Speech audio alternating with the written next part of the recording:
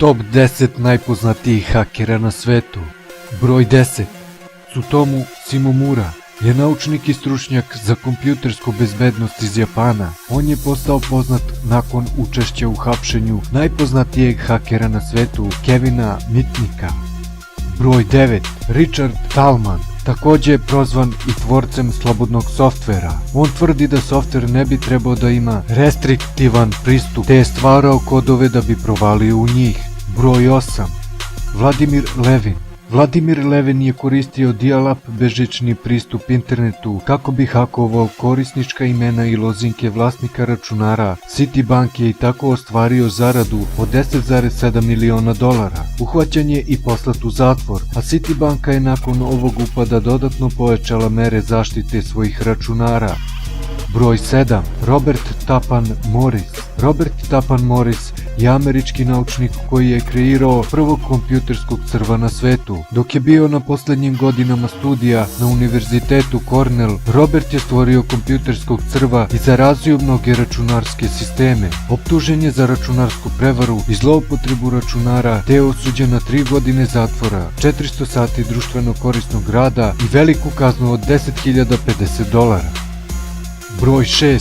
Kevin Poulsen. Kevin Poulsen je jedan od opasnijih hakera na ovoj našoj listi. On je svojevremeno zaposeo i srušio na stotine telefonskih linija kako bi u nagradnoj igri radio stanice KLLS-FM iz Los Angelesa uspeo da bude 102. pozivalac i time odneo nagradu. Također je poznat po pranju novca i drugim oblicima cyber kriminala. Uspeo je čak i da hakuje kompjuterske sisteme FBI-a i osuđen je na 51 mesec zatvora. Danas radi kao novinar na Wired Newsu.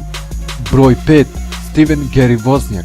Steven Wozniak je jedan od osnivača kompanije Apple, a u stvari je računarski inženjer i programer. Izmislio je mašine koje su značajno doprinele računarskoj revoluciji tokom 70. godina prošlog veka. 1985. je dobio nacionalnu medalju za tehnologiju, a 1989. godine postaje doktor tehničkih nauka na Univerzitetu Colorado. Broj 4. Adrian Lamo. Adrian je uspeo da hakuje i provali u računarske sisteme New York Timesa, Yahoo-a i Microsofta. Radio je na slučaju Wikileaks i prijavio saveznim vlastima da je vojni oficir Bradley Manning odavao poverljive informacije iz tajnih vladinih dokumenata. Broj 3. Jonathan James. Jonathan James, ili na internetu poznat kao Comrade, provalio je u sistem američke agencije za smanjenje opasnosti pri Ministarstvu odbrane i hakovao šifre i elektronske adrese zaposlenih instaliranjem malih vrata na serveru. Također je uspeo da ukrade NASIN softver vredan $1,7 miliona. Broj 2. Gary McKinnon. Nadimak Solo. Poznat je po hakovanju vojnih i računara NASA. Gary je hakovao vojne računare i izbrisao veoma bitne fajlove iz operativnih sistema računara servera, što je prouzrokovalo automatsko gašenje preko 2000 računara na više od 24 časa. Također je hakovao i 16 nasenih kompjutera. Vladini zvaničnici tvrde da je izazvao štetu veću od $700.000.